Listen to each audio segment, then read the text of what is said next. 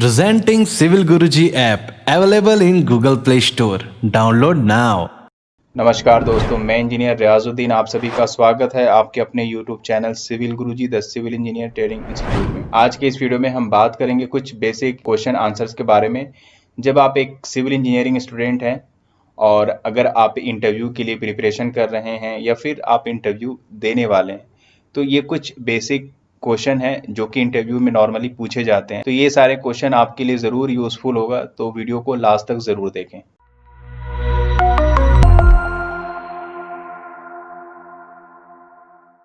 First question है हमारा, what is civil engineering. Civil engineering is the type of engineering. ये एक वो इंजीनियरिंग है जो इंफ्रास्ट्रक्चर में like road, tunnel, bridges, canal, dams, airport, building, railways, sewage system, इन सब को डिजाइनिंग या फिर कंस्ट्रक्शन या मेंटेनेंस, जो इंजीनियरिंग ये सारे पार्ट में डील करता है उसे हम सिविल इंजीनियरिंग कहते हैं। जैसा आप देख रहे हैं, ये हमारा एक बिल्डिंग कंस्ट्रक्शन है और दूसरा हमारा एक डैम है, तीसरा हमारा एक ऐसा बिल्डिंग है जो कि पहले पुराने बिल्डिंग थे उसको कन्वर्ट करके एक नया बिल्डिंग, मतलब उसको रिपेयर वगैरह रिहेबिलिटेशन करके एक उसको कन्वर्ट किया। तो ये सारे पार्ट्स में जो इंजीनियरिंग डील करता है उसे हम सिविल इंजीनियरिंग कहते हैं। सेकंड क्वेश्चन है हमारा, व्हाट इज M20 और M25 in grade of concrete.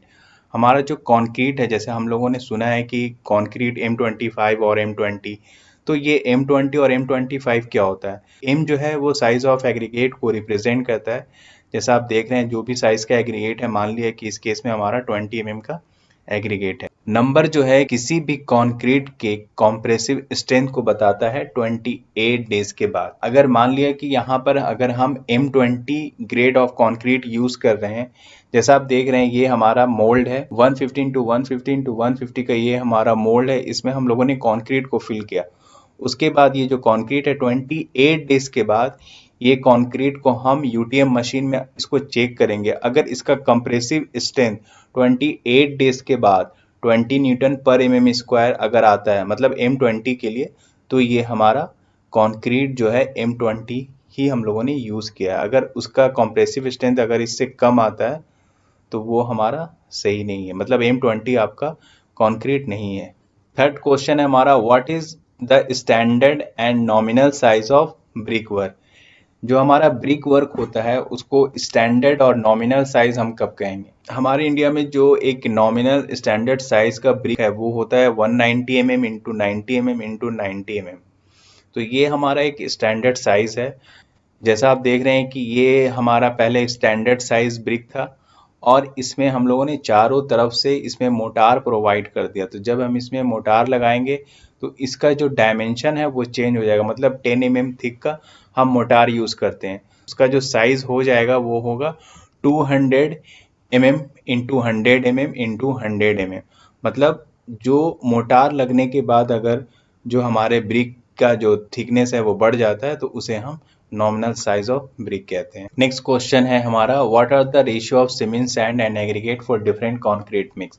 जो हमारा कंक्रीट बन के आता है, मतलब M20 हो गया या M25 हो गया, तो उसमें सीमेंट, सैंड और एग्रीगेट कितने रेशियो में होता है, तो इसके बारे में भी हमें पता होना चाहिए।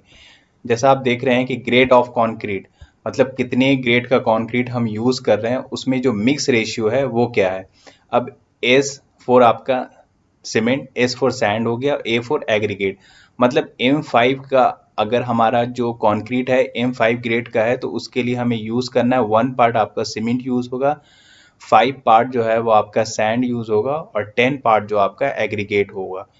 अब M7.5 के लिए अगर देखते हैं तो 148, अगर M10 के लिए देखते हैं तो 136। तो इसी तरीके से हमारा कुछ डिसाइडेड है पहले से IS कोड के अकॉर्डिंग। तो ये चीज़ें हम लोग इतने ही मिक्स करते हैं, साइड पर भी काम करते हैं। उसके बाद M25 के बाद जितना भी ग्रेड हम कंक्रीट बनाते हैं वो हमारा डिज़ाइन मिक्स में आता है। नेक्स्ट क्वेश्चन है हमारा, what do you mean by segregation in concrete.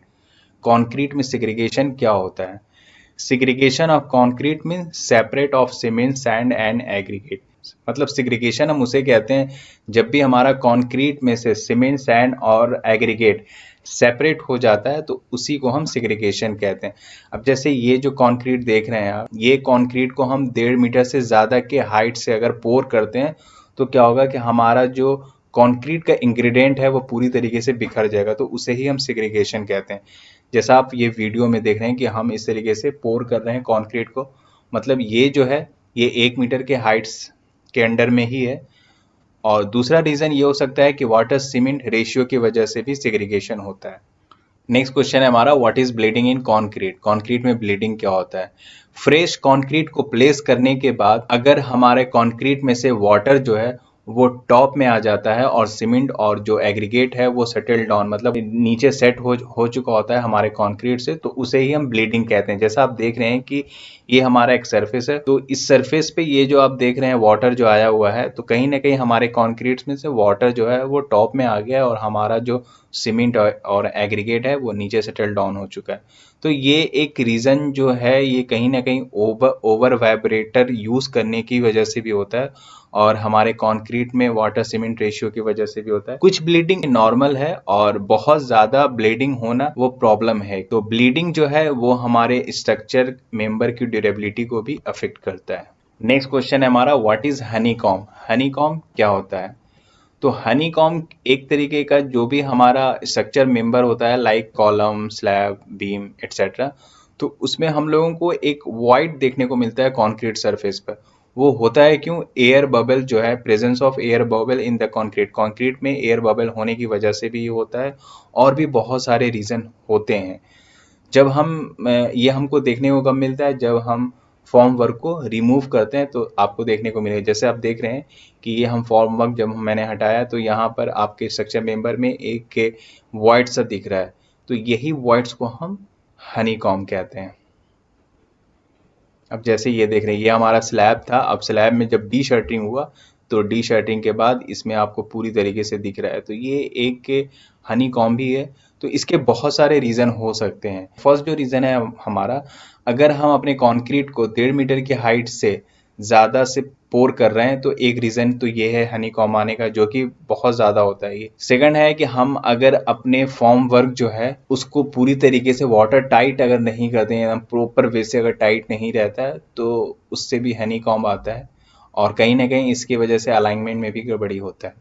Second चीज़ है कि जो भी हमारा एग्रीगेट जब होता है तो उसमें बहुत लार्ज साइज का जो एग्रीगेट होता है एक्सेस अमाउंट में होता है, तो उसके वजह से भी हनीकॉम्ब आते हैं। और इम्प्रॉपर वाइब्रेशन की वजह से भी, मतलब इम्प्रॉपर कॉम्पैक्शन के वजह से भी, जो कि हम लोग वाइब्रेटर से करते हैं, तो उसकी वजह से भी हनीकॉम्ब होता है। जो लास्ट रीज़न है वो ये होता है कि हमारा जो कंक्रीट है वो बहुत ज़्यादा स्टिफ है, मतलब बहुत ज़्यादा टाइट है वो, तो उसके वजह से भी हमारा हनीकॉम्ब आ सकता है। तो आज के लिए बस इतना ही। आई होप कि ये वीडियो आप लोगों के लिए ज़रूर बेनिफिशियल होगा, तो वीडियो को ज़रूर लाइक करें और शेयर करें। अगर आप हमारे चैनल पे नए हैं तो ज़रूर सब्सक्राइब करें। तो मिलते हैं नेक्स्ट वीडियो में। वीडियो को लास्ट तक देखने के लिए बहुत बहुत शुक्रिया।